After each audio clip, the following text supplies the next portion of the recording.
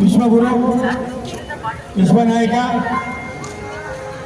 ಈ ದೇಶವನ್ನ ಅಭಿವೃದ್ಧಿಯಿಂದ ವಿಶ್ವದ ಜನಮನ್ನಣೆಯನ್ನು ಗಳಿಸಬಹುದು ಅನ್ನೋದಕ್ಕೆ ದೊಡ್ಡ ಸಂದೇಶ ಕೇಳ.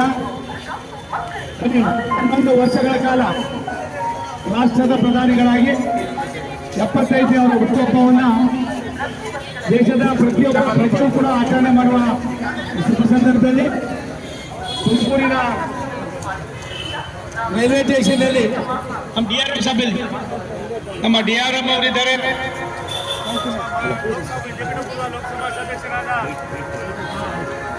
ಸನ್ಮಾನ್ಯ ಬಸವರಾಜಣ್ಣ ಅವರಿದ್ದಾರೆ, ನಮ್ಮ DRM ಅವರು ನಮ್ಮ